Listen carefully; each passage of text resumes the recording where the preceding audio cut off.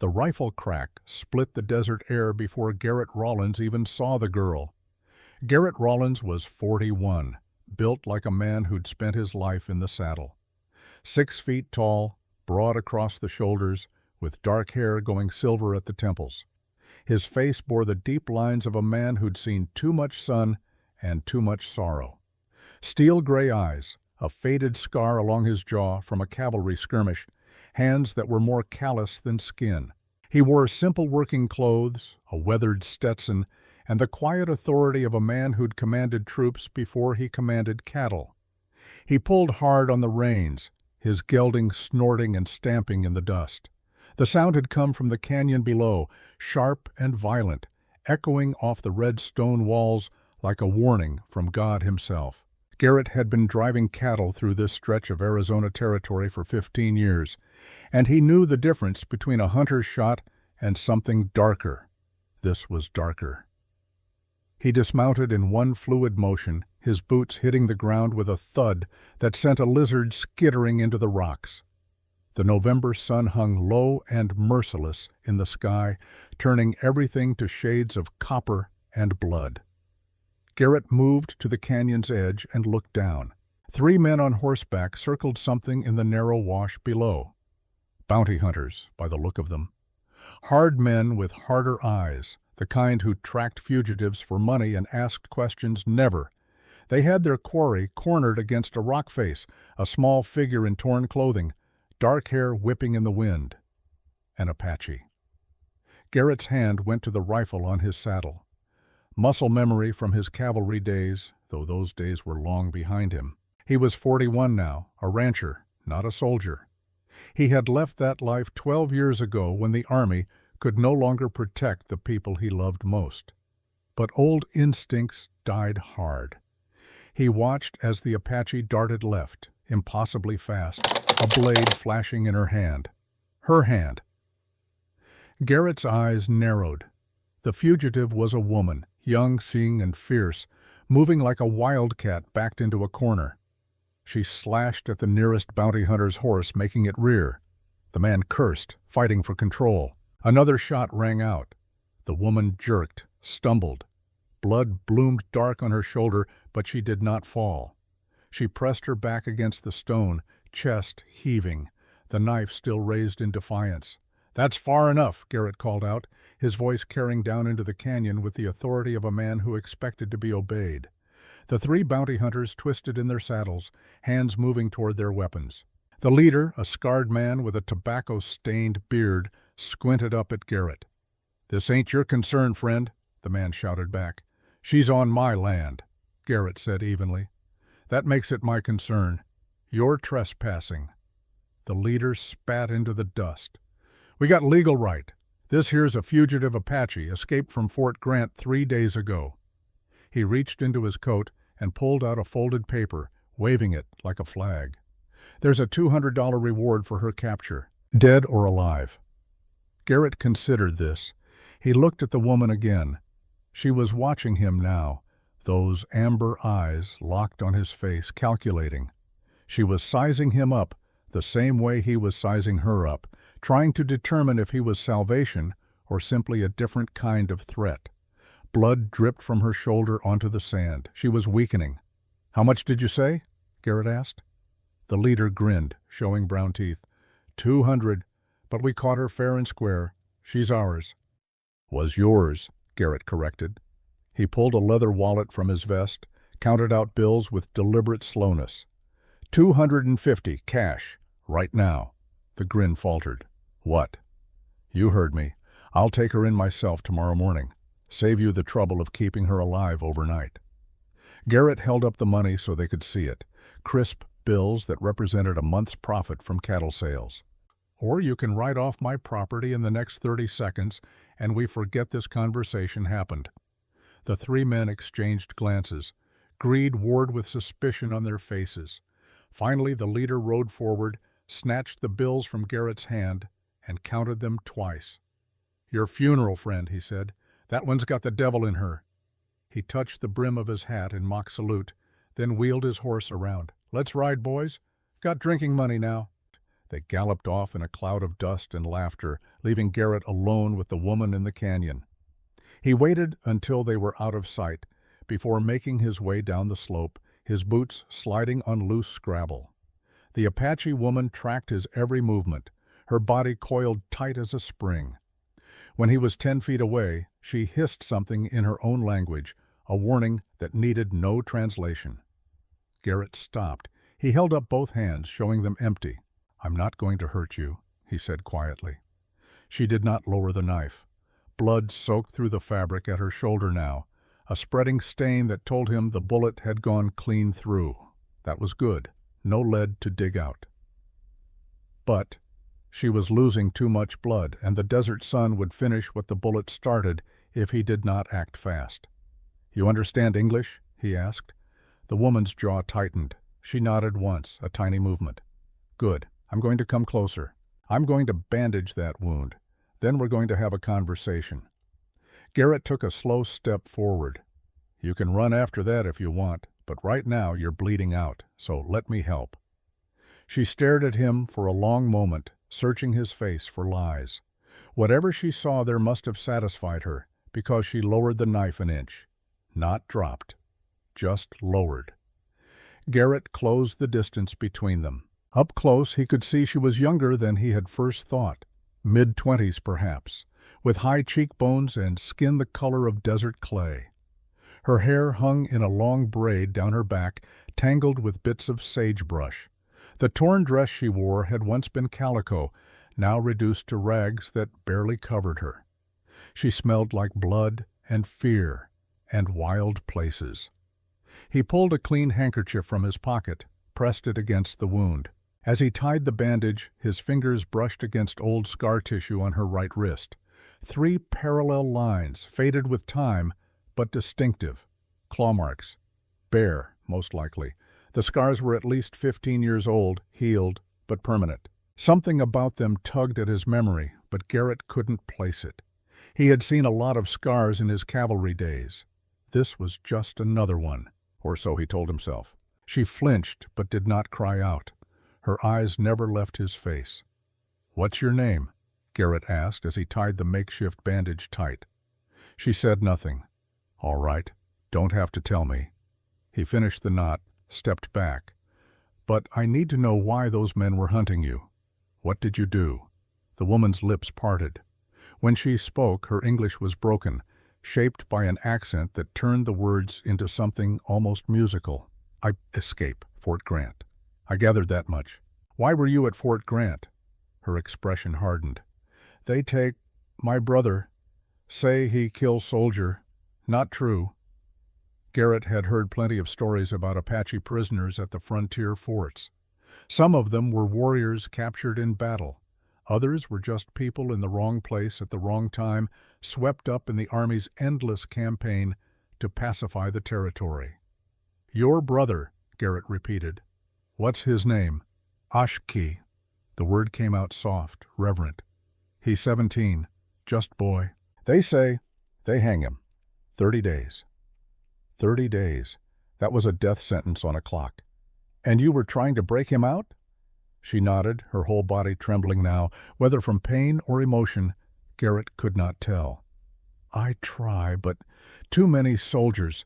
They catch me, put me in cage. Then I run." A fugitive Apache who assaulted a military installation. That would explain the bounty, and it would explain why those hunters had been so eager to bring her in. Dead or alive meant they could have just shot her and collected the reward. The fact they had not suggested they wanted the extra money that came with a live capture. Garrett studied her face, the fierce pride beneath the exhaustion, the way her hand still gripped the knife even though she was swaying on her feet. "Why should I believe you?" he asked. It was the question that mattered, because if he was going to do what he was already considering, he needed to know the truth. The woman met his gaze, and something shifted in her expression. The hardness cracked just for a second, and he saw the grief beneath. "Because you lost family too," she whispered. "I see in your eyes." Garrett felt the words hit him like a physical blow. He turned away, jaw clenched, fighting the old familiar ache that lived in his chest where his heart used to be. She was right. She could see it. 12 years of carrying that weight, and a stranger could read it on his face like words carved in stone. He had lost everything. His wife, Sarah. His son, Daniel, just 6 years old, with his mother's laugh and his father's stubborn chin. They had died in an Apache raid on their homestead while Garrett was away on patrol, doing his duty, protecting other people's families while his own burned. The Army had called it a tragedy. They had given Garrett an honorable discharge and a pension. They had not given him back his wife and child. He turned back to the woman. She was watching him with something that might have been understanding or might have been calculation. It was hard to tell. "If your brother is innocent," Garrett said slowly, "then someone at Fort Grant is lying." "Yes." She swayed, caught herself against the rock. "Sergeant, name Virgil Kane. He kills soldier. Make Ashkey. Take blame. Virgil Kane." The name hit Garrett like ice water down his spine. He went very still. "Say that again," he said quietly. "Virgil Kane," she repeated, confused by his reaction. "You know him?" Know him. Yes, Garrett knew him. Sergeant Virgil Kane had been the one who rode to the fort that day 12 years ago, the one who brought the news that Garrett's homestead had been attacked. Kane had stood in the commander's office with his hat in his hands, his face carefully arranged in an expression of sympathy, and said the words that shattered Garrett's world. "I'm sorry, Lieutenant, we got there as fast as we could, but it was too late." Garrett had believed him, had thanked him, even, through the fog of his grief. Had never questioned why Kane had been the one to discover the bodies, why he had been riding that direction in the first place, why his uniform had been so clean when everyone else who responded to the scene had been covered in ash and blood. He had never questioned because he had been drowning, and you do not ask questions when you are drowning, you just sink. But now, standing in this canyon with a wounded Apache woman who claimed Kane was a liar and a murderer, Garrett felt something shift in the foundation of his grief, a crack in the story he had been telling himself for 12 years. "Draw him," Garrett said suddenly. The woman blinked. "What?" "Kane, draw his face. Can you do that?" She hesitated, then nodded. Garrett pulled a small notebook and pencil from his pocket, the kind he used to track cattle counts and fence repairs. He handed them to her. She took them awkwardly, her injured arm hanging limp at her side, and began to sketch. Her hand moved with surprising skill, despite the pain she must have been in. Quick, decisive strokes. She was not trained, but she had an eye for detail. In less than a minute, a face emerged on the paper. Narrow eyes, a thin mouth, a distinctive scar along the jawline. Garrett stared at the drawing. It was Kane, unmistakably. Right down to the scar he had gotten in a barroom fight in Tucson. And the woman had never met Garrett before today. She could not have known which sergeant to name, which face to draw, unless she was telling the truth about Kane being at Fort Grant. About Kane being involved. "When did this happen?" Garrett asked, his voice rough. "When did Kane kill the soldier?" 3 weeks ago, she said. "Soldier name David Fletcher. Good man. He see Kane, sell guns to banditos. Kane shoot him, make look like Ashkey do it. David Fletcher." The name meant nothing to Garrett, but the gun running did. He had heard rumors over the years, whispers of Army weapons ending up in the wrong hands, of sergeants supplementing their pay with illegal sales to whoever had the cash. He had always dismissed them as gossip. But what if they were not gossip? What if Kane had been profiting off the chaos of the frontier for years? And what if 12 years ago Kane had known about the Apache raid in advance? What if Kane had let it happen? Because dead settlers meant more fear, and more fear meant more Army funding, and more funding meant more opportunities for men like Kane to skim off the top. Garrett felt his hands begin to shake. He clenched them into fists. "What's your name?" he asked again, quieter this time. The woman looked at him for a long moment.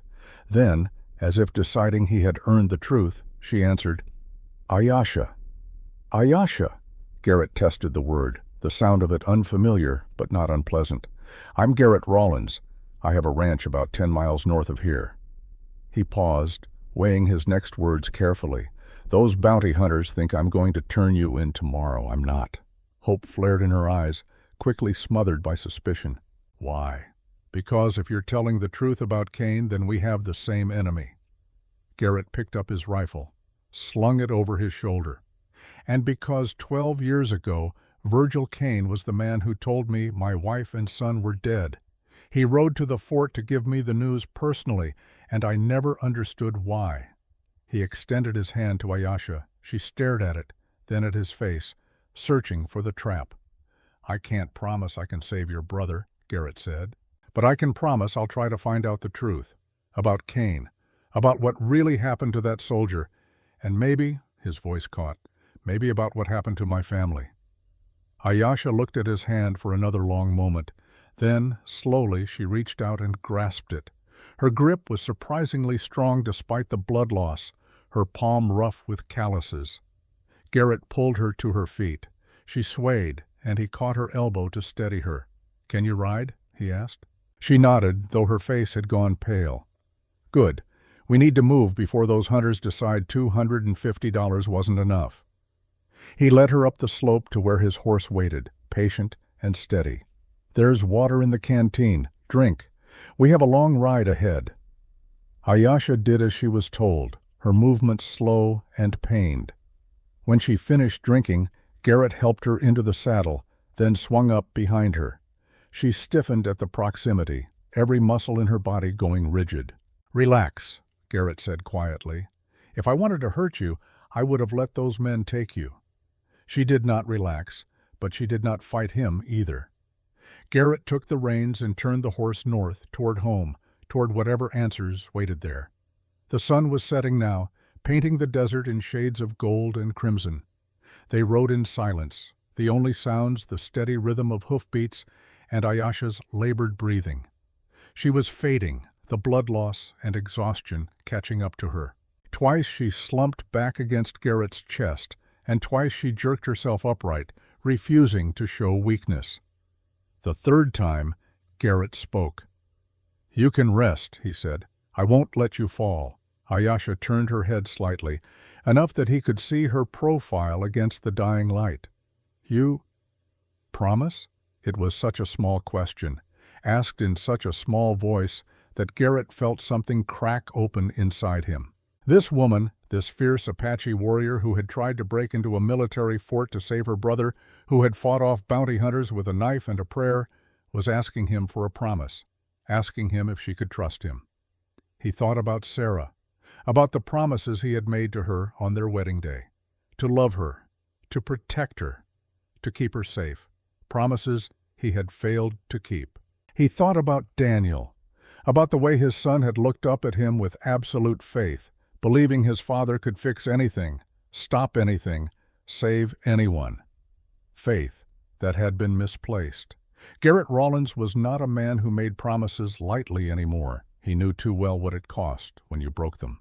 But he looked at Ayesha, at the blood soaking through the bandage on her shoulder, at the exhaustion carved into every line of her body, at the desperate hope in her eyes, and he heard himself say, "I promise." And this time, he meant to keep it.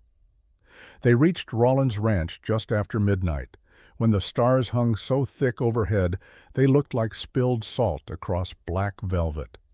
The ranch house sat dark and silent, a low adobe structure with a wide porch and shuttered windows. Beyond it, the barn loomed like a sleeping giant, and past that, the corrals where Garrett's cattle dozed standing up, their breath misting in the cold desert night. Ayesha had lost consciousness about an hour back. Garrett had felt her go limp against him, her head lolling onto his shoulder, her breathing shallow and fast. Fever was setting in. The wound needed proper cleaning, proper bandaging, and she needed rest. He dismounted carefully, then lifted Ayesha down from the saddle.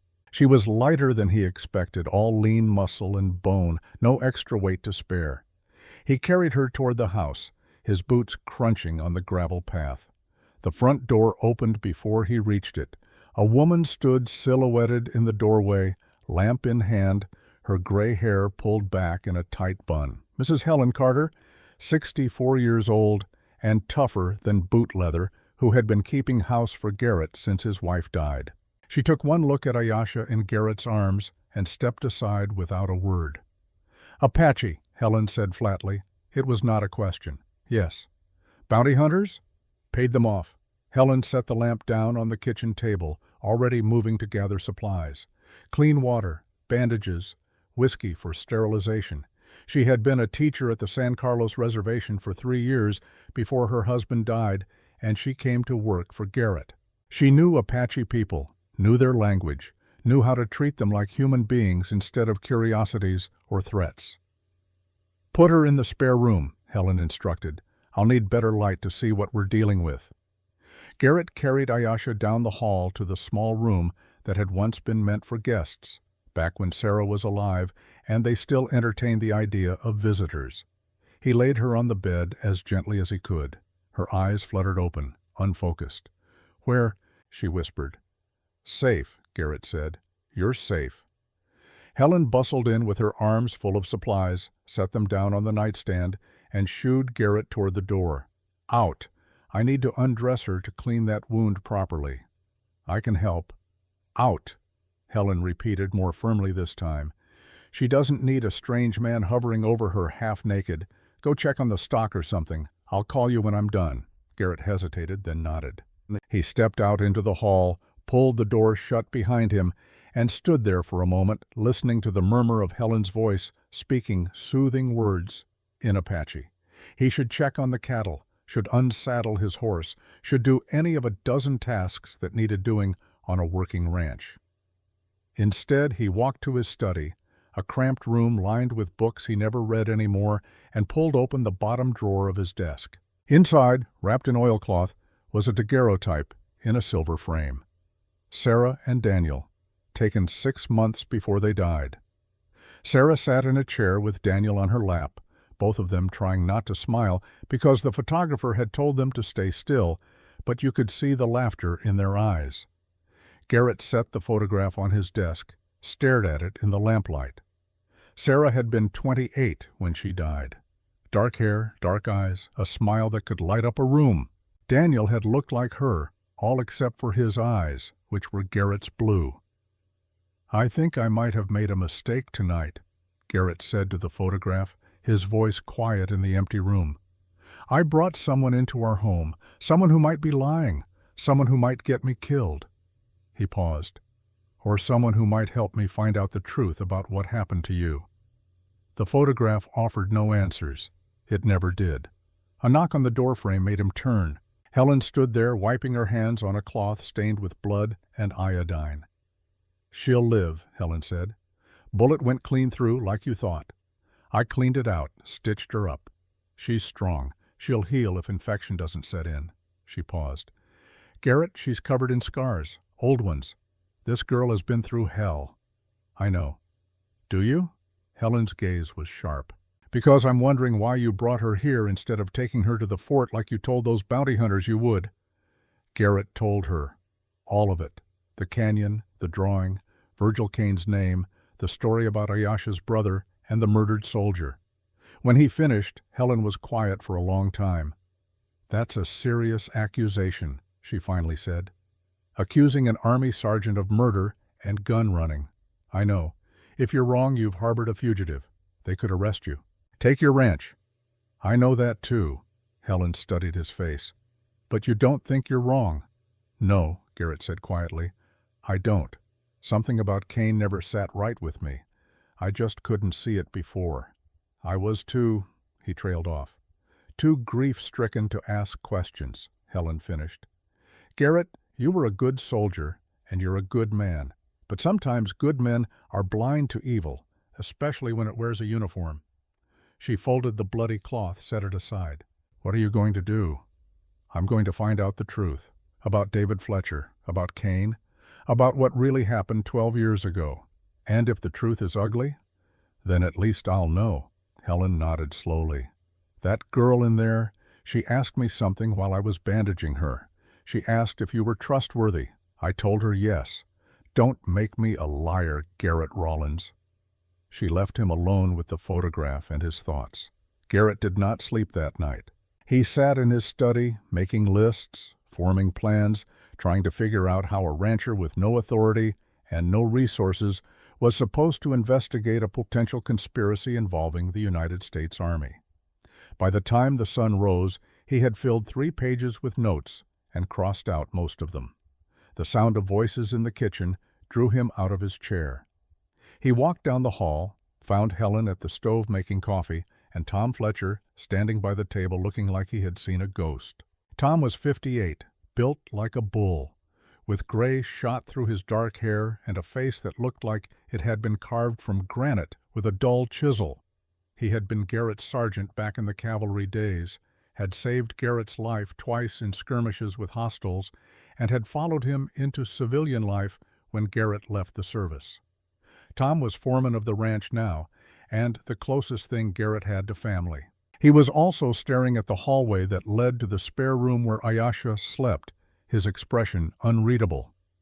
"Morning, Tom," Garrett said carefully. Tom turned that stare on him. "Helen says you brought an Apache into this house." "I did." "Why?" Garrett poured himself coffee, took a long drink, felt the bitterness scald his throat. Then he told Tom the same story he had told Helen. But this time, when he mentioned David Fletcher's name, Tom's face went white. The big man sat down heavily in a chair, his hands shaking. "Tom," Garrett set his cup down. "What is it?" Tom's voice came out rough, broken. "David Fletcher was my sister's boy. My nephew." The words hung in the air like smoke from a gun barrel. Garrett felt the floor shift beneath him. Of course, Fletcher was not an uncommon name in the territory, but now that Tom said it, Garrett remembered. Tom's sister had married a man named William Fletcher, had moved to Tucson, had a son. Garrett had met the boy once, years ago, a serious kid with his father's height and his mother's eyes. "David joined the Army 2 years ago," Tom continued, his voice hollow, "against his mother's wishes. Said he wanted to make a difference. Last letter we got from him was 3 months back. He said he was stationed at Fort Grant, said he was doing good work." Tom looked up at Garrett, and there were tears in his eyes now. "Are you telling me he's dead?" "I don't know," Garrett said honestly. "But that's what Ayesha claims. She says Cain killed him. Says David saw something he shouldn't have." Tom's hands curled into fists on the table. "That Apache girl. She's lying. She has to be lying. Why would she lie about the name? How would she even know to say David Fletcher if it wasn't true?" "I don't know." Tom stood abruptly, the chair scraping loud against the floor. "But I know Apaches. I fought them for 15 years. They lie, they steal, they kill. That's what they do." His voice rose. "And you bring one into this house? Into Sarah's house?" "Tom," Garrett kept his voice level, "I need you to calm down." "Calm down? My nephew is dead and you're protecting the people who killed him." "We don't know who killed him. That's what we need to find out." "We?" Tom laughed, bitter and sharp. "There's no we in this, Garrett. This is you making a damn fool decision because you feel guilty about Sarah and Daniel." He jabbed a finger toward the hallway. "That Apache in there? She's using you. And when she's done, she'll slit your throat and disappear into the desert." Before Garrett could respond, a voice came from the hallway, quiet, accented, exhausted. "I not kill your nephew." They both turned. Ayesha stood in the doorway, leaning heavily against the frame. She had changed into one of Helen's spare dresses, too big on her thin frame, and her left arm was in a sling. Her face was pale, sweat beading on her forehead, but her eyes were clear and steady. "David Fletcher," she continued, her English halting but determined. "Good man. He kind to Apache prisoners. Give us extra water, extra food. When I try escape, he not shoot. He let me go." Her voice broke. "Cain kill him. Not me. Not Ashke. Cain." Tom stared at her, his jaw working. "You expect me to believe that?" "I not care what you believe." Ayesha pushed herself upright, swaying but refusing to fall. "But David Fletcher, he die because he good, because he try to stop Cain. He die protecting truth." She met Tom's gaze. "You want hate me? Hate me. But your nephew, He deserved justice, not hate. The silence that followed was thick enough to choke on. Finally, Tom turned to Garrett. "I'm going to Fort Grant. Today, I'm going to see the records, the death certificate, the incident report, all of it." His voice was granite. "And if I find out she's lying, God help her. God help both of you." He strode out of the house, slamming the door behind him hard enough to rattle the windows. Garrett watched him go, then looked at Ayesha. "You shouldn't be out of bed." "I hear yelling." She touched the doorframe for support. "He hate me. He's grieving, and scared, and angry. That's a dangerous combination." "You not angry?" Garrett considered the question. Was he angry? Yes, but not at her. At Cain, if the story was true. At himself for not seeing it sooner. At the world for taking everything he loved and leaving him with nothing but questions and ghosts. "I'm tired of being angry," he said finally. "Anger doesn't bring anyone back." Ayesha studied his face, and something in her expression softened. "You? Good man. Like David." "I'm not good. I'm just trying to do the right thing for once." She took a step toward him, winced as the movement pulled at her stitches. Garrett moved to catch her, but she waved him off. "I walk. Need to walk. Make strong. You need to rest. Helen's orders. Helen, not Apache." A ghost of a smile crossed Ayesha's face. "Apache women. We strong. We heal fast." "You were shot yesterday." "Yes. And today, I walk." She moved past him into the kitchen, her gait unsteady but determined.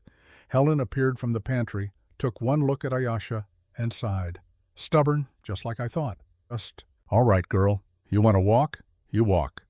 But you sit down to eat breakfast first, or I'll tie you to that chair myself." Ayesha sat.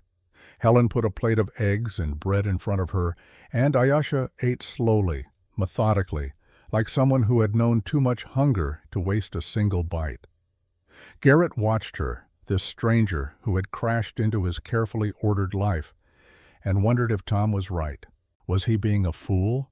Was he projecting his own need for answers onto a situation that did not involve him? But then he remembered the drawing, the perfect rendering of Virgil Cain's face, scars and all. And he remembered the look in Cain's eyes 12 years ago when he delivered the news about Sarah and Daniel. Not quite sad enough, not quite surprised enough. Like a man who already knew what he was going to find when he rode out to that homestead. "Ayesha," Garrett said quietly, "when Tom gets back from Fort Grant, things are going to get complicated. He might bring the army. He might bring the law. And if he does, I need to know something." He paused. "Is there anything else you haven't told me? Anything that could change the story?" She set down her fork, met his gaze. "There, one thing." Garrett's stomach tightened. "What?" "When I escaped Fort Grant, I not alone at first." Her voice dropped. "There was other Apache woman, older. She helped me. She—" Ayesha swallowed hard. "Soldiers shoot her. She die, so I could run." "What was her name?" "Desba." Ayesha's eyes shimmered with unshed tears. "She was like mother to me. After my real mother die, she teach me English, teach me how to survive." Her hands clenched into fists on the table. "Cain kill her too. He give order to shoot. He laugh when she fall." The rage that swept through Garrett was cold and precise, the kind of rage he had not felt since the day he buried his wife and son. It was not the hot, chaotic anger of grief. It was the calculated fury of a man who had found his purpose again after 12 years of drifting. "Then we're going to make him answer for it," Garrett said. "All of it. David Fletcher, Desba, and maybe," he hesitated, "maybe Sarah and Daniel too." Ayesha reached across the table, placed her hand over his. Her skin was warm, her grip surprisingly gentle. "We find truth," she said, "together." And in that moment, sitting in his kitchen with an Apache fugitive and a housekeeper who had seen too much, Garrett Rollins made a choice. Not the safe choice, not the smart choice, but the only choice he could live with. He was going to war with Virgil Kane, and this time he was not going to lose. 3 days passed before Tom Fletcher returned from Fort Grant. 3 days during which Ayesha's wound began to heal, the fever breaking on the second night, her strength returning in increments that amazed even Helen. 3 days during which Garrett paced his ranch like a caged animal, waiting for news, waiting for answers, waiting for the inevitable confrontation he knew was coming. On the morning of the 4th day, Tom rode in just after dawn, his horse lathered with sweat, his face carved from stone. He dismounted in the yard, handed the reins to Jesse Morgan, the young ranch hand who had been watching the horizon for him, and walked straight to the house without a word. Garrett met him on the porch. Behind him, through the open door, Ayesha sat at the kitchen table with Helen, pretending to sip coffee while watching Tom with the wariness of a deer scenting wolves. Tom stopped at the bottom of the porch steps. He looked like he had aged 10 years in 3 days. His eyes were bloodshot, his jaw covered in stubble, his clothes rumpled from sleeping in them. "Tell me," Garrett said quietly. Tom pulled a folded paper from inside his coat, held it out. His hand shook. "Death certificate, Private David Fletcher. Died October 15th, 1884. Cause of death, gunshot wound to the back." He paused, his voice cracking. "To the back, Garrett. My nephew was shot in the back." Garrett took the paper, scanned it. The official Army seal, the doctor's signature, the clinical description of wounds that had ended a young man's life. But it was the note at the bottom that made his blood run cold. Witness statement, Sergeant Virgil Kane. "There was a trial," Tom continued, his voice hollow, "lasted half a day. Apache boy named Ashkey, 17 years old, accused of murder. Kane testified he saw the whole thing, said the Apache grabbed a rifle, shot David when his back was turned, then tried to run. Said he had to restrain the boy himself." Tom's hands clenched into fists. "Open and shut case. They convicted him in an hour. Set execution for November 10th. That's 17 days from now. 17 days. Garrett pulled out his pocket watch, checked the date. October 24th. November 10th was circled in his mind now, a deadline written in blood. 17 days to find evidence. 17 days to convince the Army. 17 days before an innocent boy died for a crime he didn't commit. "We're running out of time," Ayesha whispered, her voice breaking. 17 days is not enough." "It has to be enough," Garrett said, though he wasn't sure he believed it. "We make it enough." 17 days. The number hung in the air like a noose. "Did you see the ballistics report?" Garrett asked. Tom's expression shifted, something flickering across his face. Doubt. Confusion. "I saw it. And that's the thing that doesn't make sense." He pulled another paper from his coat, this one more worn, like it had been read and reread a dozen times. The doctor who examined David noted the angle of the wound, said the bullet entered from behind and below, traveling upward through the chest cavity. Garrett frowned. Below, as in the shooter was lower than David? Or kneeling? Or, Tom met his gaze, or David was standing, and the shooter was a 17-year-old Apache boy who's 5'6", according to his intake report. How tall was David? 6'2", just like his father. Tom's voice broke. "The angles don't match, Garrett. If Ashkey shot David face to face and David turned to run, the bullet would have traveled level or downward, not upward." He crumpled the paper in his fist.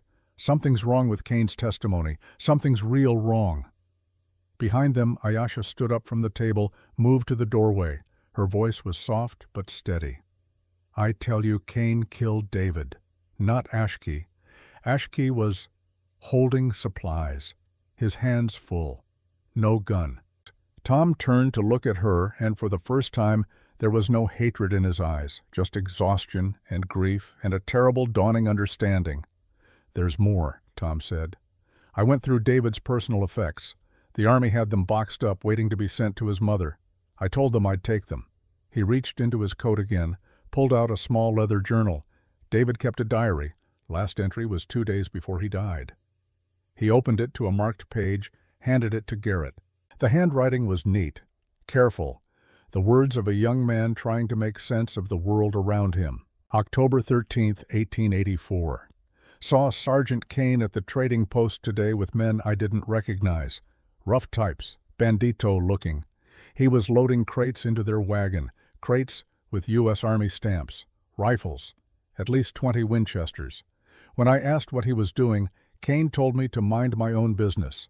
Told me if I knew what was good for me, I'd forget what I saw. But I can't forget. Those are Army weapons, our weapons, going to God knows who. October 14th, 1884. Confronted Kane this morning at the fort. Told him I was going to report what I saw unless he could explain it. He laughed in my face. Said no one would believe a green private over a decorated sergeant. Said accidents happen to soldiers who don't know when to keep their mouths shut. I'm writing to Mr. Garrett Rollins tonight. Uncle Tom says he's a good man. If something happens to me, someone needs to know the truth. The entry ended there. No entry for October 15th. That was the day David Fletcher died. Garrett closed the journal, felt something cold and hard settle in his chest. Gun running, just like Ayesha said. There's one more thing. Tom's voice had gone quiet, almost a whisper. I found this tucked in the back of the journal. David must have written it, but never had a chance to send it. He handed Garrett a folded letter. The address line read, Lieutenant Garrett Rollins, but it had been crossed out and rewritten, Mr. Garrett Rollins, Rollins Ranch. Garrett's hands shook as he unfolded it. Mr. Rollins, you don't know me, but I know of you. My Uncle Tom Fletcher served under you in the cavalry. He speaks highly of you, says you're a man who values truth and justice. I'm writing because I've discovered something at Fort Grant that I believe you should know about. It concerns Sergeant Virgil Kane and an incident from 12 years ago, the raid on your homestead. Sir, I think Kane knew about it beforehand. I found a report in the old files, a scout's warning about Apache war parties moving south. The report was dated 2 days before your family was killed. Kane was the duty officer that day. He should have sent riders to warn the homesteads. He didn't. I don't know why he would do such a thing, but I think you deserve to know. I'm going to confront him tomorrow. If anything happens to me... The letter ended there, unfinished, unsent. Garrett read it twice, then a third time, the words blurring as his vision tunneled. Kane had known. 2 days in advance, Kane had known that Apache war parties were riding south toward the scattered homesteads where families lived unprotected, and he had done nothing. He had let them die. He had let Sarah die, let Daniel die, not through incompetence, through choice. Why? The word came out of Garrett like broken glass. Why would he do that? Tom's face was grim. I asked around at the fort, quiet-like. Found an old clerk who's been there since before your time. He said the year your family died, there was a big increase in Army funding for the territory. Congress authorized double the budget because of the Apache threat. More money meant more supplies, more weapons, more everything. He paused. More opportunities for men like Kane to skim off the top, to build their little empires. He let my family die for money. Garrett's voice was eerily calm, the kind of calm that comes before a storm breaks. He let Sarah and Daniel burn so he could pad his pockets. We don't know that for certain, Tom said, but there was no conviction in his words. Yes, we do. Garrett looked at Ayesha, saw the understanding in her eyes, the shared weight of knowing what evil men were capable of when they thought no one was watching. And David figured it out, so Kane killed him and framed Ashkey to cover his tracks. If we take this to the Army, they'll investigate, Tom said. They'll have to. And how long will that take? Garrett asked. Weeks? Months? Ashkey hangs in 17 days, Tom. By the time Army bureaucracy gets around to questioning Kane's testimony, that boy will be in the ground. So what do you suggest? Garrett walked to the edge of the porch, looked out at the land he had built his new life on, the land that had been supposed to help him forget. The morning sun painted everything gold, beautiful, and indifferent to human suffering. We get proof, he said, real proof, not just suspicions and coincidences. We find evidence of Kane's gun-running operation. We get someone to testify against him, and then we make sure Ashkey lives long enough for the truth to matter. How? We go to Kane's trading post. We see what's really in those crates. Tom was quiet for a long moment. That's breaking and entering. Maybe theft. Definitely illegal. I know. If we get caught, we'll be arrested. Could lose everything. I know that too. Tom looked at him, really looked at him, like he was seeing Garrett clearly for the first time in 12 years. This isn't just about saving that Apache boy, is it? No, Garrett admitted. It's not. You want revenge. I want justice. There's a difference. Is there? Tom's gaze was unflinching.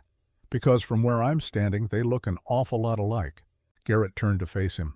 Tom, you don't have to come with me. This is my fight. My ghosts to lay to rest. You have the ranch to think about, your own life. I won't ask you to risk that. Tom was silent for so long that Garrett thought he might walk away. Then the older man sighed, long and heavy. David was my nephew, my sister's only child. And if what we think is true, then Kane took him from her, the same way he took Sarah and Daniel from you. He met Garrett's eyes. I'm coming with you, not for revenge, for David. So his mother knows her boy didn't die for nothing. From the doorway, Ayesha spoke. I come too. Both men turned to her. She stood straight despite the sling on her arm, her chin raised, her eyes fierce. No, Garrett said firmly. You're still healing, and if things go bad, you'll be the first one they blame.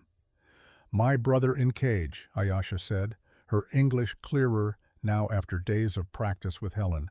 17 days until they kill him. You think I stay here? Drink tea? Wait? She shook her head. No, I come. I help. Ayesha, I know Kane's trading post, she continued. I see it. When they bring us from reservation to Fort Grant. I know where he keep things, where guards stand, where doors are. She stepped forward. You need me. You know this. Garrett looked at Tom, who shrugged. She's got a point. We're going in blind otherwise. Fine, Garrett said, though every instinct screamed at him to keep her safe, keep her away from danger. But she was right. They needed her knowledge, and more than that, she had earned the right to fight for her brother. But you follow my lead, both of you. We go in quiet, we get what we need, and we get out. No heroics, no unnecessary risks. When do we leave? Tom asked. Garrett pulled out his pocket watch, checked the time. Nearly 7 in the morning. We leave after dark. Kane's trading post is 40 miles east. If we ride hard, we can be there by midnight, when the town's asleep. And Jesse? Garrett glanced toward the barn, where Jesse Morgan was tending the horses, oblivious to the conversation happening on the porch. Jesse was 22, eager, loyal, and far too young to throw his life away on a mission that might end with all of them in prison or dead. Jesse stays here with Helen, Garrett said. Someone needs to keep the ranch running in case we don't come back. Tom nodded. I'll tell him. He won't like it, but he'll listen. The three of them spent the rest of the day preparing. Tom cleaned his rifle and checked his ammunition. Ayesha, against Helen's protests, practiced moving quietly with her injured arm, wincing but determined. Garrett went through his old cavalry gear, found his service revolver, the one he had not touched since the day he left the army. The weight of it in his hand felt familiar and terrible at the same time. Helen watched them all with the weary resignation of a woman who had seen too much violence in her life to be surprised by more. You're all fools, she said, as she packed food for their journey. But you're fools with a cause, I suppose. That's better than nothing. If we don't come back, Garrett said quietly, the ranch goes to Jesse. Everything's already written up with the lawyer in Copper Ridge. You'll be taken care of. Helen's hand stilled on the bread she was wrapping. Don't talk like that. I have to. You know I do. She turned to face him, her eyes bright with tears she refused to shed. Garrett Rawlins, I've watched you die inside for 12 years, watched you go through the motions of living without actually being alive. And now, finally, I see something in your eyes again. Purpose. Fire. She gripped his arm. So you come back, you hear me? You don't get to find yourself just to throw it all away." Garrett covered her hand with his. "I'll do my best. Your best better be damn good." As the sun set and darkness crept across the desert, Garrett, Tom, and Ayesha saddled their horses. Jesse stood by, his young face troubled, holding the reins of Tom's mount. "I should be going with you," Jesse said, for the third time. "No," Garrett said, gently but firmly. "You should be here protecting Helen and the ranch. That's just as important." "But, Jesse," Tom put a hand on the young man's shoulder. "When I was your age, I wanted to be in every fight, prove myself in every battle. You know what I learned? Sometimes the bravest thing you can do is stay behind and guard what matters. Can you do that for us?" Jesse's jaw worked, but he nodded. "Yes, sir." "Good man." They rode out as the last light faded from the sky, 3 riders heading east into the darkness, chasing ghosts and truth in equal measure. The desert at night was a different world, cold and vast, full of sounds that made the horses nervous. Coyotes sang in the distance. An owl called overhead, a ghostly presence in the darkness. They rode in silence for the first hour, each lost in their own thoughts. Then Ayesha, riding between Garrett and Tom, spoke. "When I was small," she said, her voice soft, "my father tell me story about Coyote and Crow. Coyote was hungry, wanted to eat Crow, but Crow was smart. Crow tell Coyote, 'If you eat me, you eat once. If you let me live, I show you where many rabbits hide. You eat forever.'" She paused. "Coyote let Crow live. Crow show him rabbits. They become friends? No, partners. They hunt together." "What's the moral?" Tom asked. "Sometimes enemy become ally," Ayesha said, "when both want same thing." She looked at Tom as she said it, and something passed between them. An understanding, a fragile bridge built over a chasm of grief and mistrust. "I'm sorry about your nephew," Ayesha said quietly. "David was good man. He deserved better death." Tom's throat worked. "So did your friend, Desba." He had learned the name from Helen, who had gotten it from Ayesha. "I'm sorry, too. Sorry for what Cain did, and sorry for hating you before I knew you." "Hate is easy," Ayesha said, echoing the words Garrett had spoken to her days before. "Forgiveness is hard, but my people say, hate is poison you drink, hoping enemy dies." They rode on through the night, the miles falling away beneath the horses' hooves. Around 11 they stopped to rest the animals and eat some of the food Helen had packed. They sat in a dry wash, speaking in whispers, checking their weapons one more time.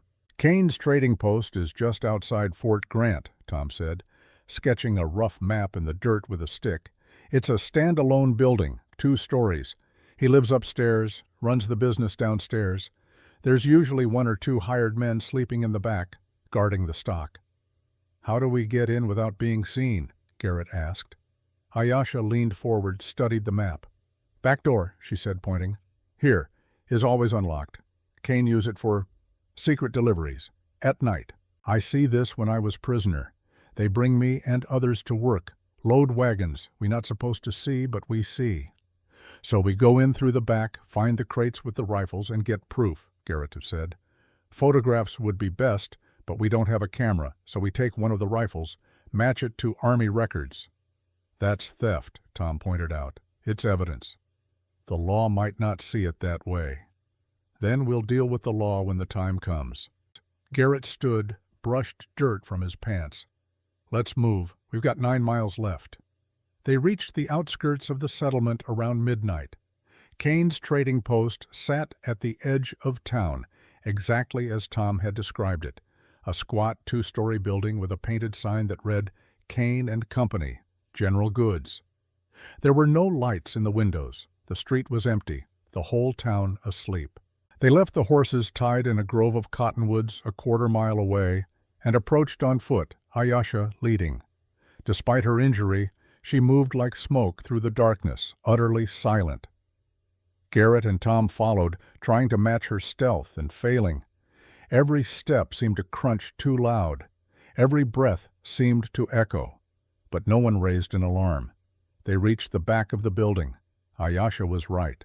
The door was unlocked. She pushed it open slowly, the hinges mercifully quiet, and they slipped inside.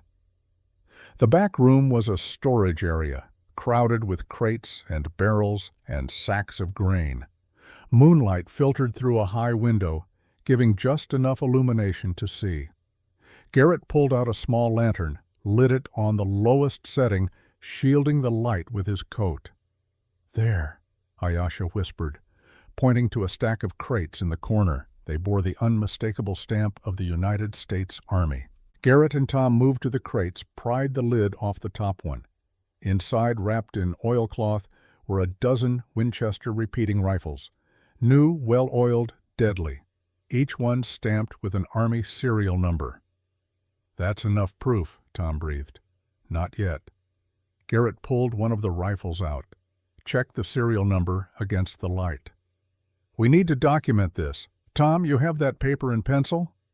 Tom pulled out a small notebook, began copying down serial numbers.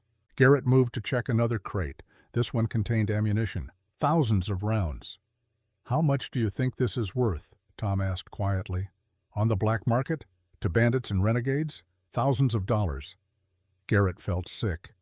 More than enough to kill for. A sound from above made them all freeze. Footsteps. Someone walking across the floor upstairs. They looked at each other in the dim light, barely breathing. The footsteps moved toward the stairs. "Hide," Garrett mouthed. They scattered, Tom behind a stack of grain sacks, Garrett behind the crates. Ayesha, smaller and faster, slipped into the gap between two barrels. The door at the top of the stairs opened. Lamplight spilled down, and a figure descended. Garrett could see boots, trousers, a nightshirt. Then a face came into view as the man reached the bottom of the stairs. Virgil Kane. Older than Garrett remembered, grayer but unmistakably him. The same narrow eyes, the same thin mouth, the same scar along his jaw. He carried a lamp in one hand and a pistol in the other, moving cautiously into the storage room like a man who had heard something but was not sure what. Garrett's hand went to his own revolver. His heart hammered so loud he was certain Kane could hear it. Kane moved through the room, checking corners, peering behind crates. He was 3 feet from where Ayesha hid when he stopped, frowned, and bent down to examine something on the floor. The pry marks on the crate lid, fresh splinters where they had opened it. Kane's head snapped up, his eyes scanning the room with new intensity. "I know someone's in here," he called out, his voice sharp. "Come out now, and we can talk. Make me hunt you down and things get ugly." No one moved. Kane cocked his pistol, the sound terribly loud in the enclosed space. "I'm going to count to 3, then I start shooting. 1. Garrett's mind raced. If Kane started firing, someone could die. Tom, Ayesha, himself. And even if they killed Kane in the fight, they would be murderers, not truth-seekers. Everything they were trying to accomplish would die with him. 2. Garrett made a decision.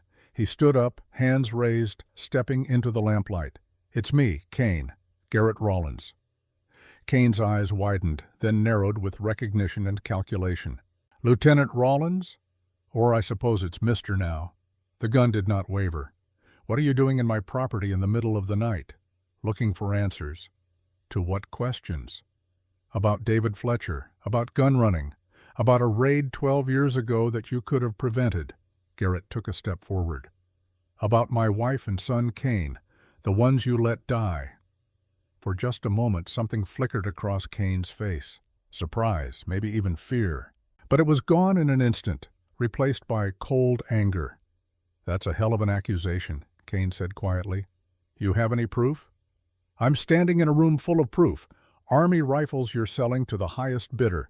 The same kind of operation that got David Fletcher killed when he tried to expose you." Kane laughed, bitter and sharp. "You think you're clever. You think you've figured it all out. But you don't know anything, Rollins. You're a washed-up soldier playing rancher, sticking your nose where it doesn't belong. I know enough, and I'm taking it to the Army." "No," Kane said flatly. "You're not." He raised the gun, aimed directly at Garrett's chest. And then Tom Fletcher stepped out from behind the grain sacks. His rifle pointed at Kane's head. "Put it down, Sergeant," Tom said, his voice deadly calm.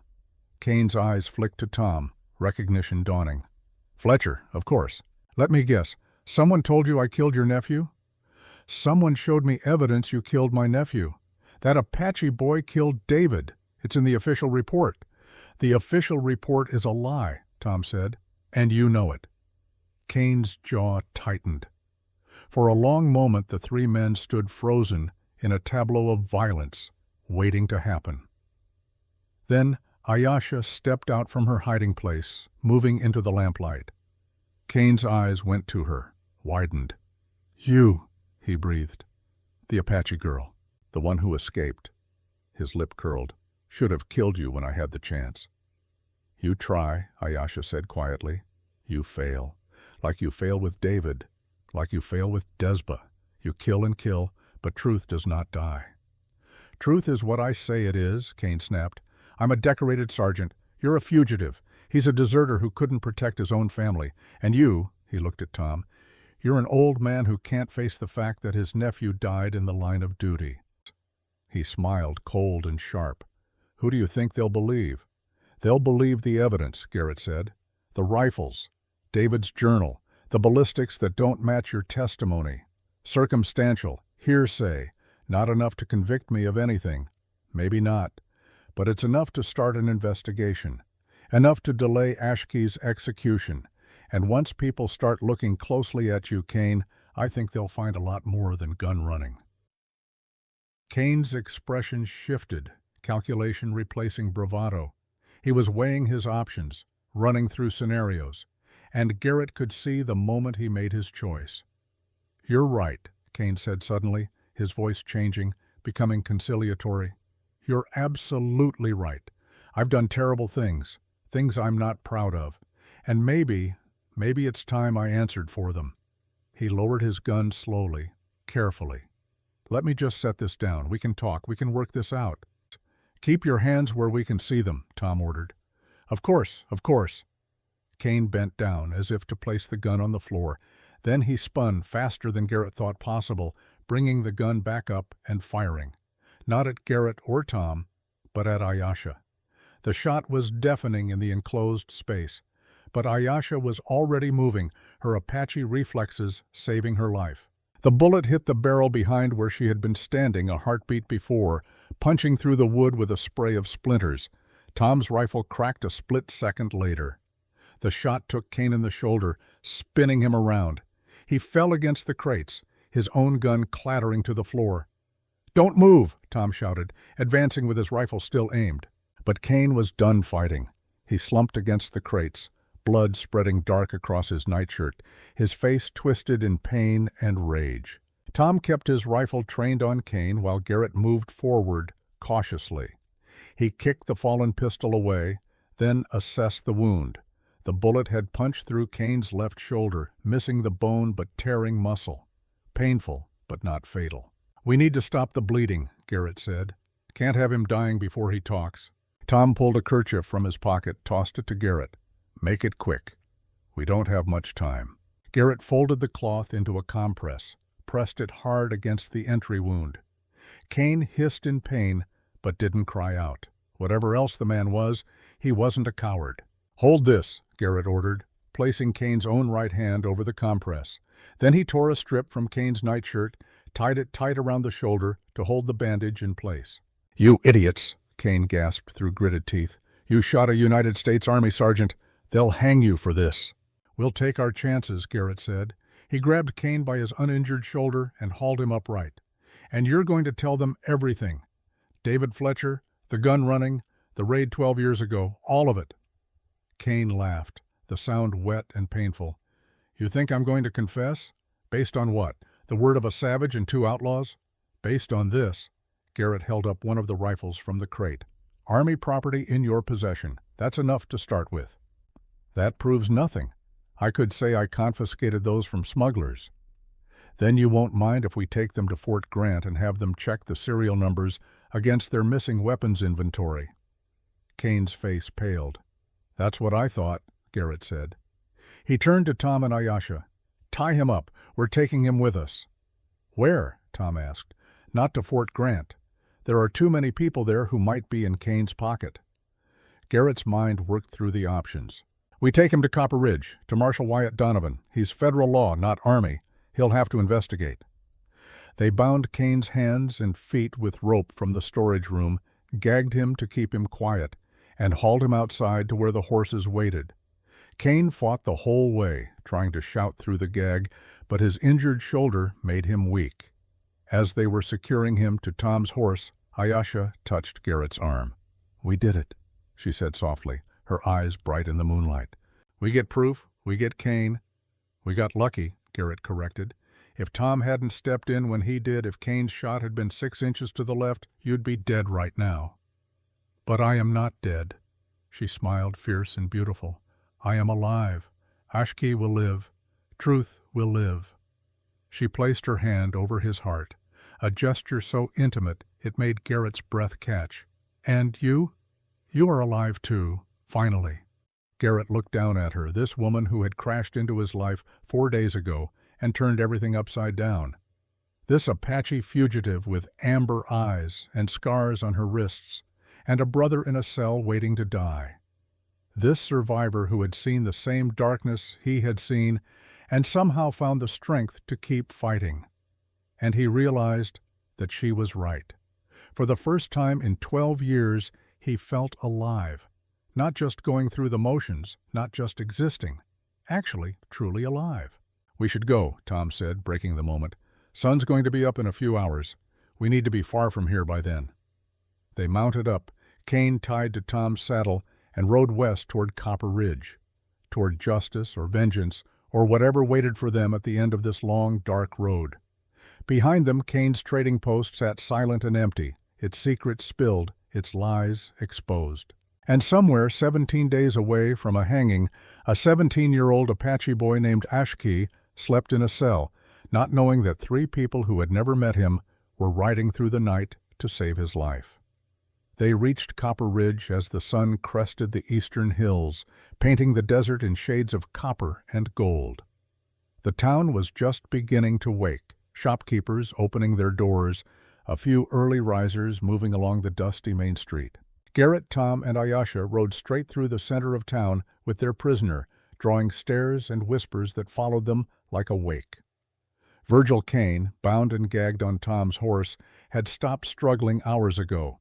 Blood had soaked through the makeshift bandage on his shoulder, and his face had gone pale with pain and blood loss. But his eyes still burned with hatred every time he looked at Garrett. The marshal's office sat at the end of the street, a squat adobe building with barred windows and a hitching post out front. Garrett dismounted first, his body aching from the long ride, and tied his horse. Tom and Ayesha followed suit. The door opened before they could knock. Marshal Wyatt Donovan stood in the doorway, a tall man in his late 40s with iron-gray hair and eyes the color of flint. He wore his badge pinned to a leather vest, and his hand rested on the grip of his holstered Colt. "Garrett Rollins," Wyatt said, his voice neutral. "Didn't expect to see you in town this early, or with company." His gaze moved to Kane, to the blood, to the ropes. "That's Sergeant Virgil Kane from Fort Grant." "It is," Garrett said. "And he's tied up on your horse because?" "Because he tried to kill us when we caught him red-handed with stolen Army rifles." Wyatt's expression did not change, but his eyes sharpened. "That's a serious accusation." "It's a serious crime." Garrett pulled the Winchester rifle from his saddlebag, the one they had taken from Kane's storage room. "Army issue. Serial number 07342. I'm betting if you check Fort Grant's inventory, you'll find it listed as missing." Wyatt took the rifle, examined it carefully. "I'll need more than one rifle to arrest a United States Army sergeant for gun running." "We have more. A whole room full of crates at Kane's trading post. Army weapons, Army ammunition, all waiting to be sold to the highest bidder." Tom stepped forward. "And we have testimony that Kane murdered my nephew, Private David Fletcher, when David discovered the operation." "Testimony from who?" "From me," Ayesha said quietly. Wyatt's gaze moved to her for the first time, really seeing her. His eyes narrowed. "You're Apache." "Yes." "And you were at Fort Grant?" "I was prisoner." "I escape." So you're a fugitive. Wyatt looked at Garrett. You're harboring a fugitive and bringing me a wounded Army sergeant with accusations based on the word of an escaped Apache prisoner? He shook his head. Garrett, I expected better from you. Then look at the evidence, Garrett said, keeping his voice level. Look at David Fletcher's journal. Look at the ballistics report from his death. Look at the serial numbers on those rifles. Don't take our word for it. Investigate. Wyatt was silent for a long moment, his lawman's instincts warring with his skepticism. Finally, he stepped back from the doorway. Bring him inside, and the rest of you come with him. We're going to sort this out proper. They hauled Kane off the horse and into the marshal's office. The interior was sparse, functional, a desk, a few chairs, a gun rack on the wall, and in the back, 2 cells with iron bars. Wyatt directed them to dump Kane in one of the cells, then locked the door. Kane immediately ripped the gag from his mouth. Marshal Donovan, I demand you arrest these people. They assaulted me, shot me, kidnapped me from my own property. They're criminals. I'll get to you in a minute, Sergeant, Wyatt said calmly. He turned to Garrett. Now, from the beginning. And don't leave anything out. So Garrett told him everything. The canyon where he found Ayasha, the bounty hunters, the story about Ashki and David Fletcher, Tom's discovery at Fort Grant, the journal entry about the raid 12 years ago, the midnight trip to Kane's trading post, the confrontation, the shooting.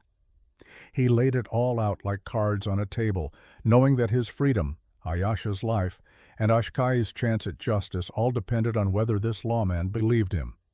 When he finished, Wyatt sat back in his chair, his expression unreadable. That's quite a story. It's the truth. Truth is a slippery thing out here, Garrett. You know that. Wyatt pulled out a pipe, packed it with tobacco, lit it. Let's say I believe you. Let's say Kane is dirty. That still doesn't give you the right to take the law into your own hands. We tried doing it legally, Tom interjected. I went to Fort Grant, looked at the official records. Everything was whitewashed. Kane's testimony was taken as gospel. No one questioned the angles, the timeline, anything. That boy is going to hang in 16 days for a murder he didn't commit, and the Army isn't going to lift a finger to stop it. So you decided to become vigilantes. We decided to get evidence, Garrett said, the kind that can't be ignored or buried. Wyatt puffed on his pipe, smoke curling toward the ceiling. From the cell, Kane shouted, They're lying, Marshal, every word. That Apache girl is a savage who tried to kill me. These 2 broke into my property and stole from me. I'm the victim here. Quiet, Wyatt said without looking at him. He stood, walked to the window, looked out at the street. Here's my problem. I'm a federal marshal. My jurisdiction covers territorial law, not military law. What happens at Fort Grant, what happens to Apache prisoners, that's Army business. I can't just walk in and overturn a military conviction. Garrett felt his stomach drop. So you're saying there's nothing you can do? I'm saying it's complicated. Wyatt turned back to face them. But if there's evidence of a crime committed in my jurisdiction, gun running, for example, then I have an obligation to investigate. And if that investigation happens to shed light on a wrongful conviction, well, that's just good police work. Hope flickered in Garrett's chest. So you'll look into it? I'll send a telegram to Fort Grant, request their missing weapons inventory. I'll send deputies to Kane's trading post to verify your claims about the rifles. And I'll review David Fletcher's personal effects, including his journal, if Tom is willing to hand it over. Of course. Tom pulled the journal from his coat, placed it on the desk. But, Wyatt continued, his voice hardening, while I'm doing all that, you 3 are staying right here in Copper Ridge where I can keep an eye on you. No leaving town, no more midnight raids. You've done your part. Now let the law do its job. And Ashki? Ayasha asked, her voice tight with worry. What happened to my brother? If the evidence supports your story, I'll petition the territorial governor for a stay of execution pending a new investigation. Wyatt met her gaze. But I can't promise anything.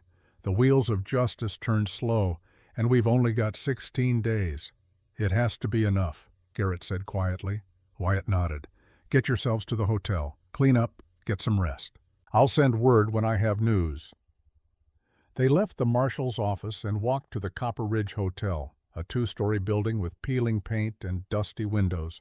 The clerk at the desk, a thin man with spectacles, gave Ayesha a long look but said nothing when Garrett paid for 2 rooms. "You should rest," Garrett said to Ayesha as they climbed the stairs. "Your shoulder needs time to heal." "I cannot rest," she said, "not while Ashki waits. We've done everything we can for now. The rest is up to Wyatt." She stopped at the top of the stairs, turned to face him. "You trust him, this marshal?" Garrett considered the question. "I think he's honest, and I think he'll investigate. Whether that's enough," he trailed off, not wanting to voice his doubts. Ayesha reached out, touched his arm. "Thank you for everything, for believing me, for helping me, for—" she struggled for the words, "for making me feel human again, not just weapon, not just survivor, human." The words hit Garrett harder than he expected. He looked at her, really looked at her, the exhaustion in her eyes, the hope fighting against despair, the strength that refused to break even when everything said it should. And he realized that somewhere in the last few days, this Apache woman had stopped being a stranger, stopped being a mission, and had become something else entirely, someone he cared about, someone who mattered. "You were always human, Ayesha," he said quietly. "Some people just forgot how to see it." She held his gaze for a long moment, something unspoken passing between them. Then she nodded and went into her room, closing the door softly behind her. Tom clapped Garrett on the shoulder. "Get some sleep, boss. You look like death." "So do you." "Yeah, well, I'm old. I'm supposed to look like death." Tom's expression sobered. "You think Wyatt will come through?" "I hope so. Because if he doesn't, we're going to have to do something a lot more dangerous than breaking into a trading post." Tom understood immediately. "You'd break Ashki out of Fort Grant. If it comes to that, yes." "That's suicide, Garrett. Fort Grant has a full garrison. We'd never make it out alive." "I know." Garrett looked at the closed door of Ayesha's room. "But I made her a promise, and I don't break my promises anymore." 3 days passed in agonizing slowness. 3 days during which Wyatt Donovan worked with methodical precision, sending telegrams, interviewing witnesses, reviewing evidence. 3 days during which Garrett paced the hotel like a caged animal, Tom checked his rifle obsessively, and Ayesha stood at her window watching the street as if expecting soldiers to come for her at any moment. On the 4th morning, Wyatt sent word, "Come to my office, now." Helen had insisted on coming with them to Copper Ridge. "I taught at the reservation for 3 years, she said firmly when Garrett tried to dissuade her. "I know how the Army treats Apache testimony. Ayesha will need someone who can verify her English is good enough to understand what she witnessed. That's me." Now, standing in the marshal's office while Colonel Pierce laid out the evidence, Helen watched Ayesha with fierce maternal pride. This girl, this survivor, had risked everything for her brother, had trusted strangers, had chosen to fight instead of run.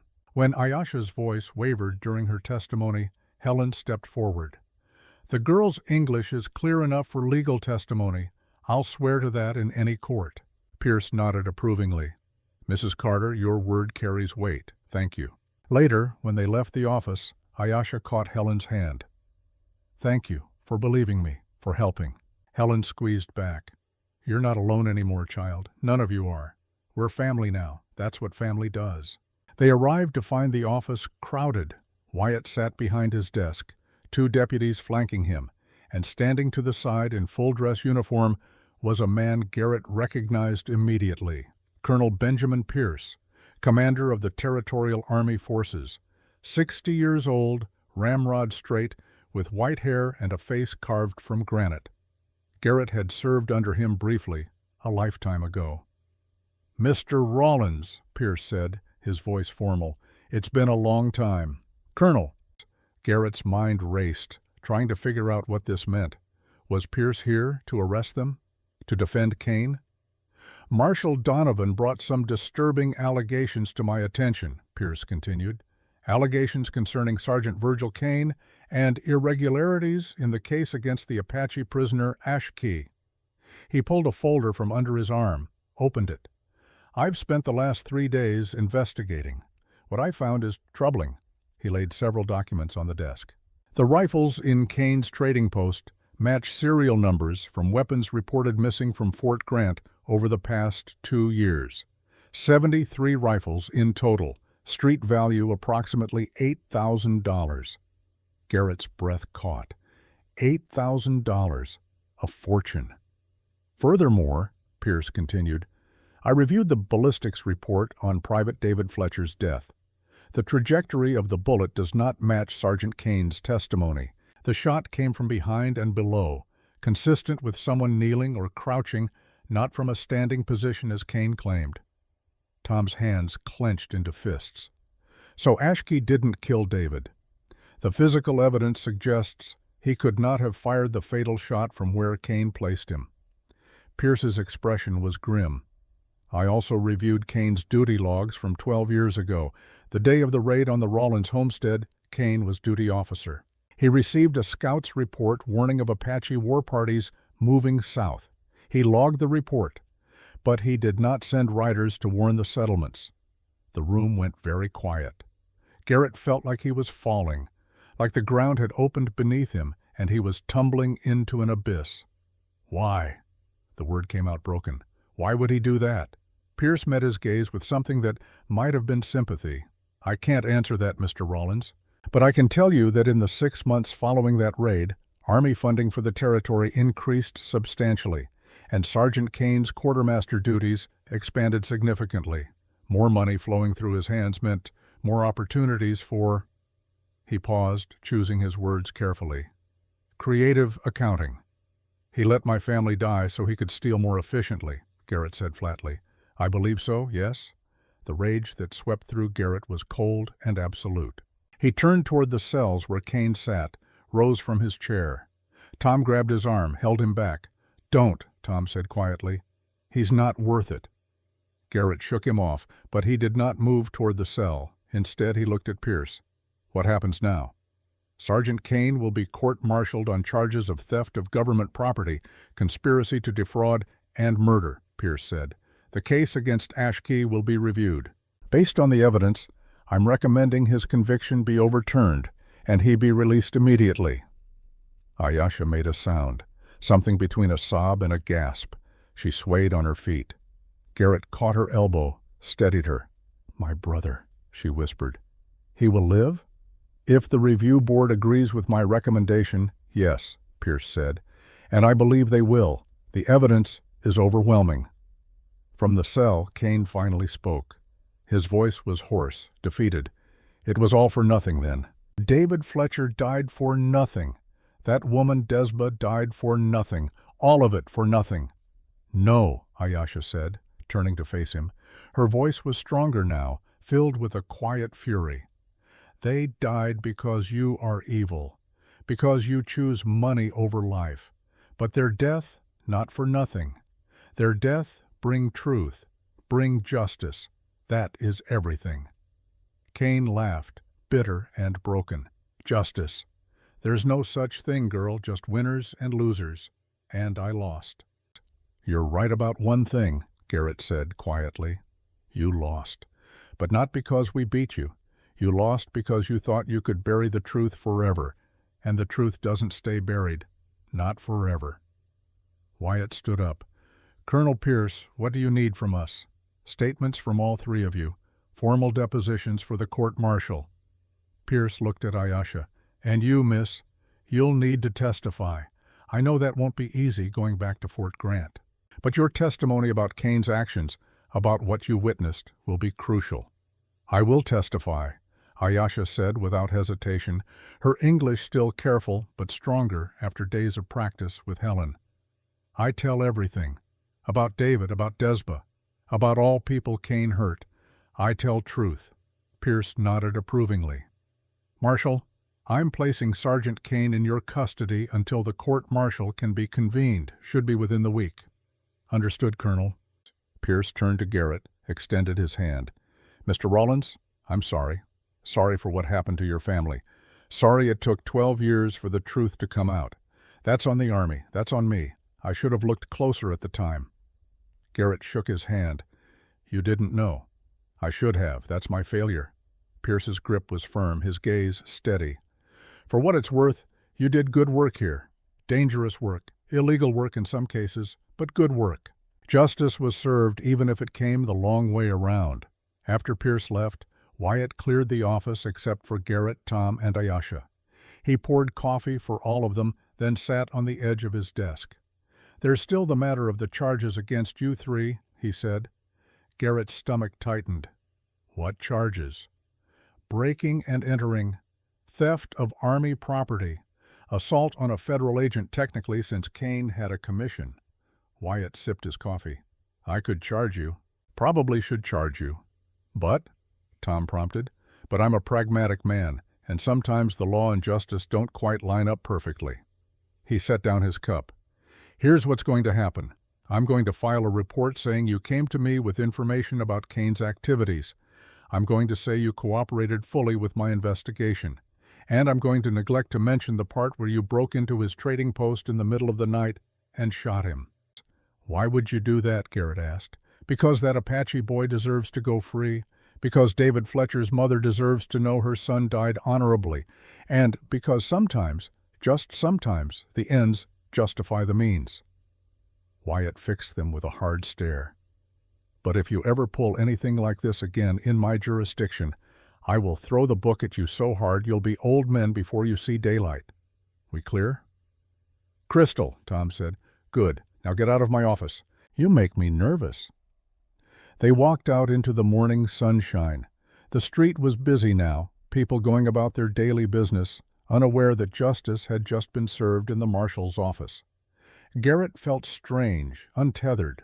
For 12 years he had carried the weight of Sarah and Daniel's deaths, the guilt of not being there, the unanswered questions about why it happened. And now, suddenly, he had answers. It did not bring them back. It did not undo the years of grief. But it gave him something he had not had before. Closure, understanding, and a sense that their deaths, however senseless, had at least been acknowledged, their killer identified, and brought to account. I need to write to my sister, Tom said quietly. Tell her about David, about what really happened. His voice cracked. Tell her that her boy died a hero, not just another casualty. She deserves to know, Garrett agreed. Tom nodded and walked away toward the telegraph office, leaving Garrett and Ayesha standing alone on the boardwalk. We did it, Ayesha said softly. Ashki will be free. Kane will pay. It is over. Almost over, Garrett corrected.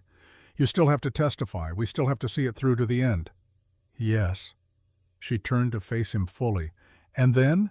Then you and Ashki can go wherever you want. Reservation, if you choose. Or somewhere else. You're free, Ayesha, truly free. She studied his face, her amber eyes searching for something. And if I want to stay? The question hung between them, weighted with possibility. Garrett's heart beat faster. Stay where? He asked carefully. Here, Copper Ridge, or, she hesitated, Rollins Ranch. Garrett felt like the ground had shifted beneath him again, but this time in a different way. Ayesha, you don't have to feel obligated. I helped you because it was right, not because I expected anything in return. I know this, she stepped closer, but I stay not because I owe you. I stay because, she struggled for the English words, her frustration evident, because when I'm with you, I not just survive. I live. You see me, not Apache, not savage, not prisoner, me, Ayesha. Garrett's throat tightened. He thought about the last few days, about the way Ayesha had fought beside him, trusted him, challenged him to be better than the hollow man he had become.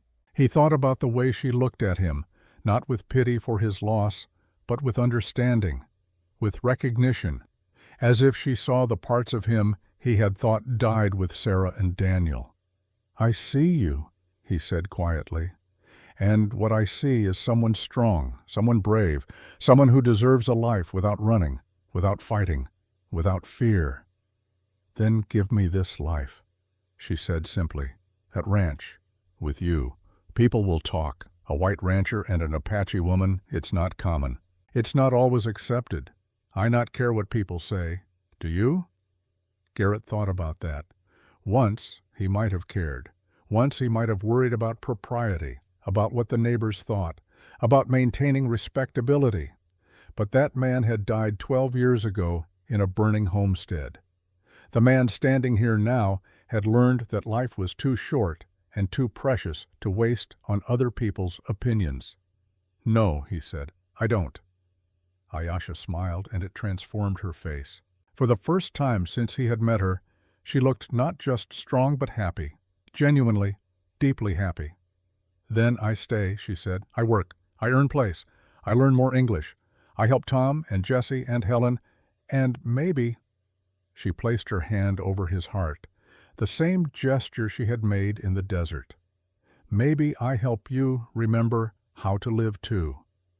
Garrett covered her hand with his, felt the warmth of her skin, the calluses from hard work, the scars from hard living.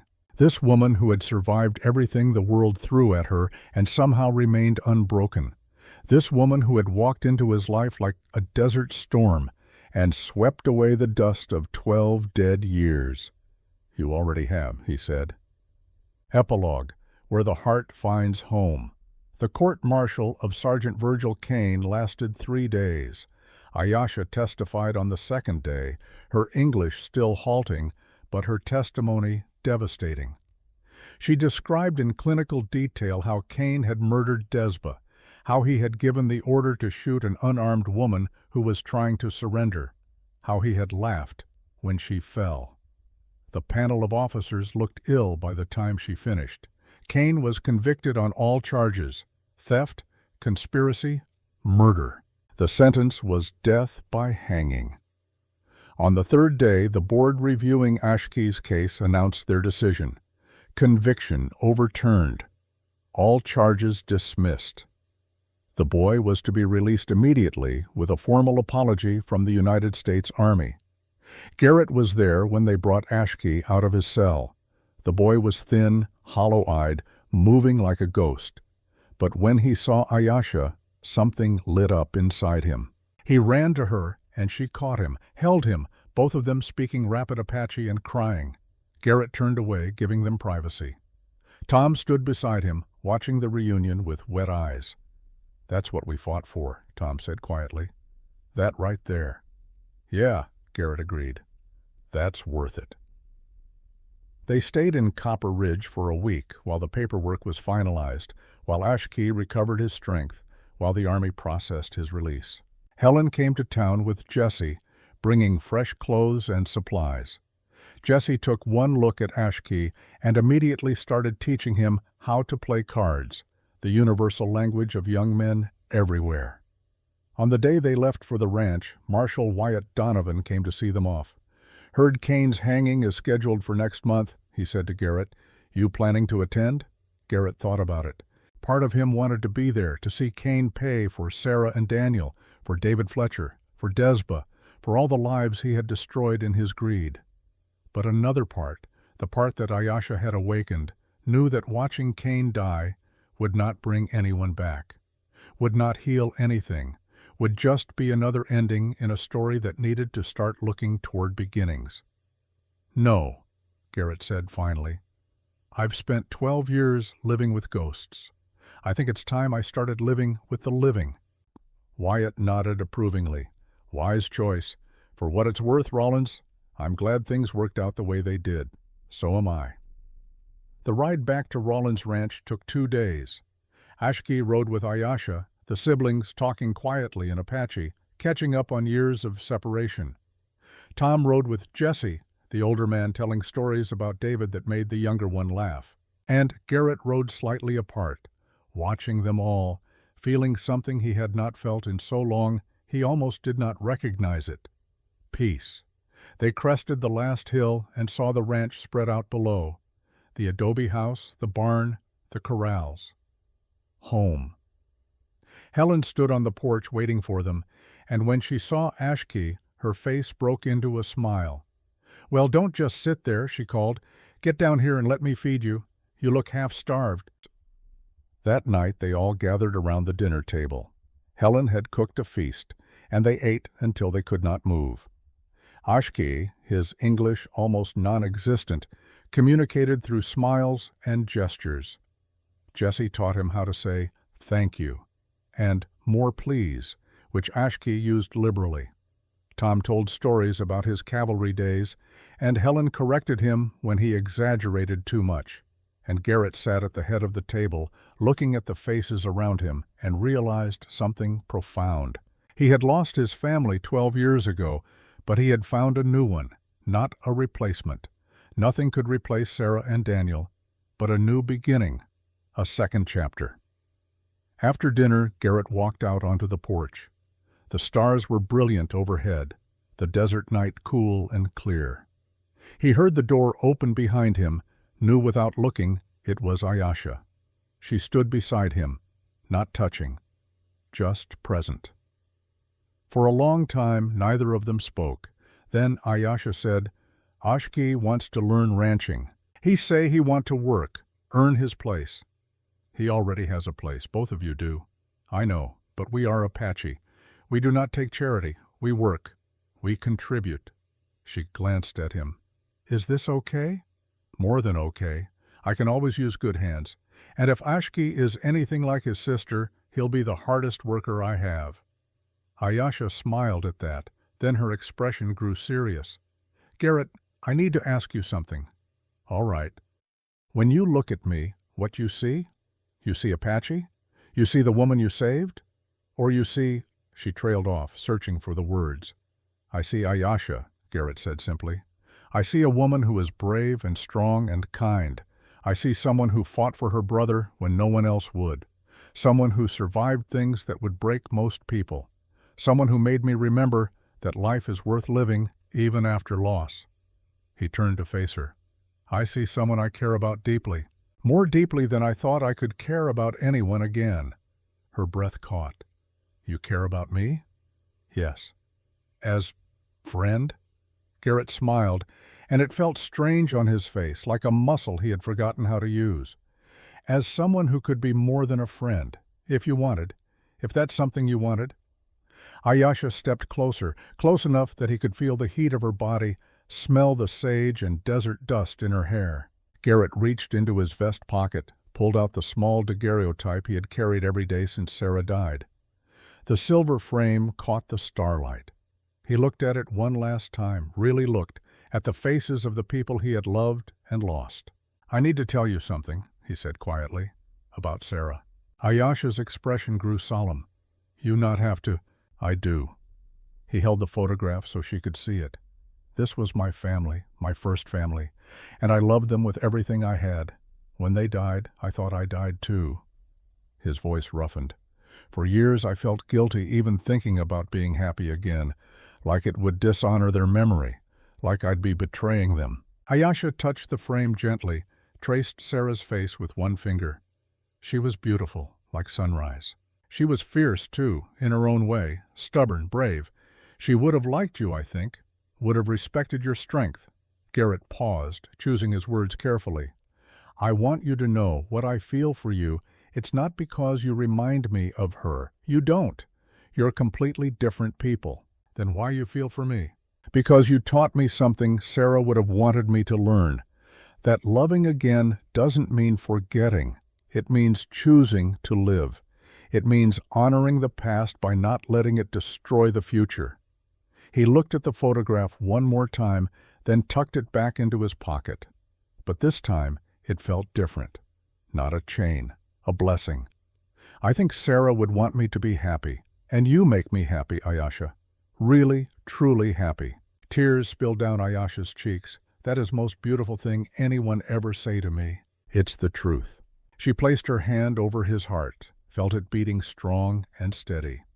"Then I tell you truth too. I scared that I not enough. That you wake up one day and wish for a woman who speak better English, who know how to be proper wife, who not have scars and bad dreams. I don't want proper, I want you. Scars, bad dreams, broken English, all of it.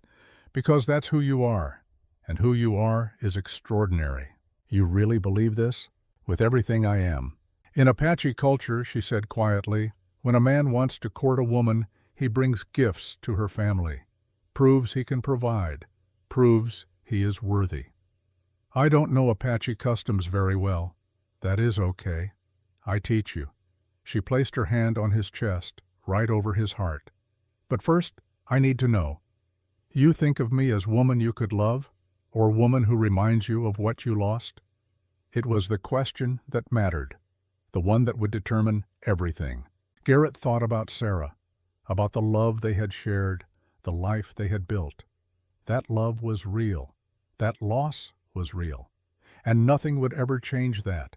But Ayesha was not Sarah. She was her own person, with her own strength, her own story, her own way of being in the world. And what Garrett felt for her was not a shadow of old love.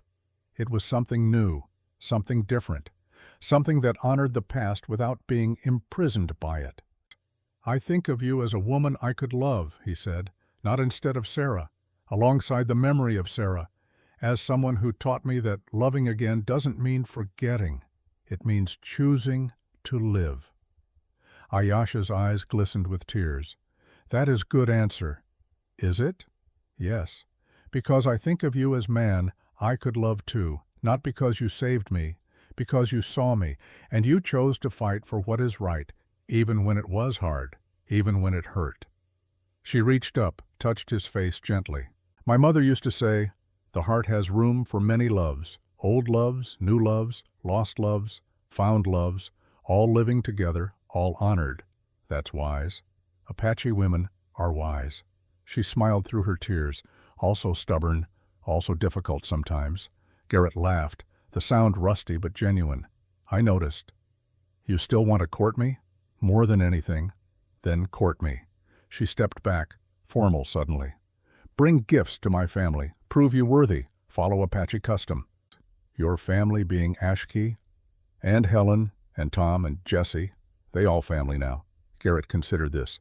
What kind of gifts? Horses are traditional, but I think... She tilted her head, considering.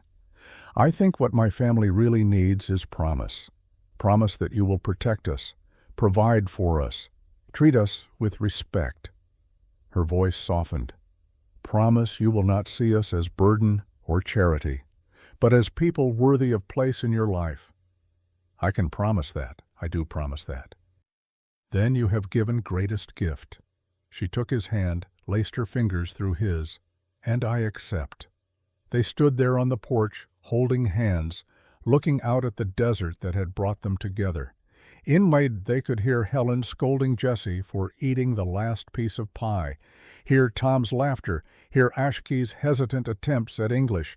It was not the life Garrett had planned.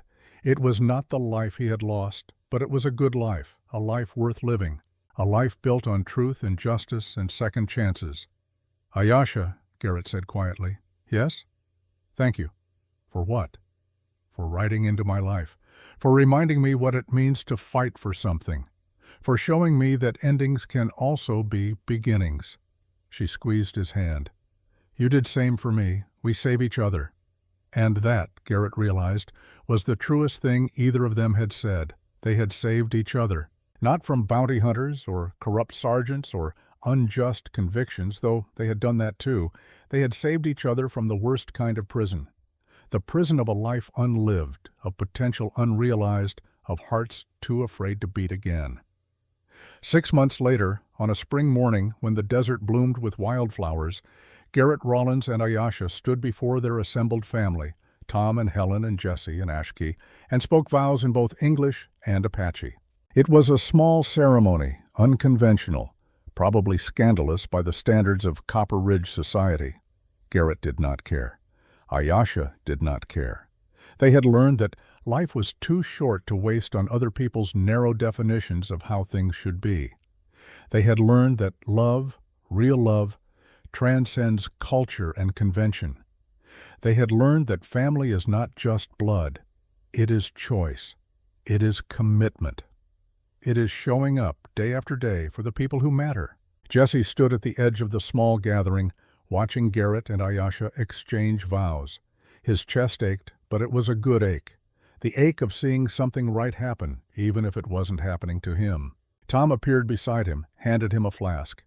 "You did good, boy," stepping back, letting them find each other. Jesse took a sip, handed it back. "Wasn't like I had a choice. She never saw me that way." "No, but you could have made it ugly, could have caused problems. You didn't. That shows character. Doesn't make it hurt less." "No," Tom agreed, "but it makes you a man, a good man, the kind some smart woman is going to be real lucky to find someday." Jesse managed to smile. "You think?" "I know, trust me. I've been around long enough to recognize quality when I see it."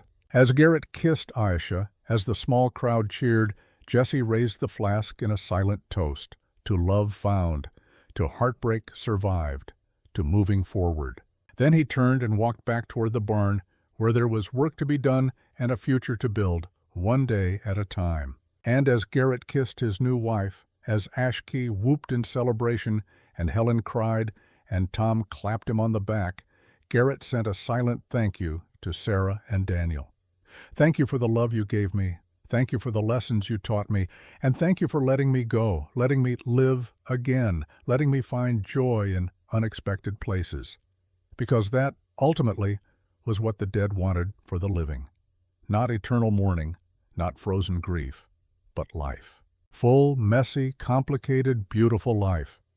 And Garrett Rollins, rancher, widower, survivor, was finally truly living again. The wild Apache girl no man could tame had not been tamed at all. She had simply found a man who did not want to tame her, who wanted to stand beside her, not above her, who wanted to build a life with her, not for her. And together they built something stronger than either could have built alone, a home, a family, a future. And that was justice enough. The end.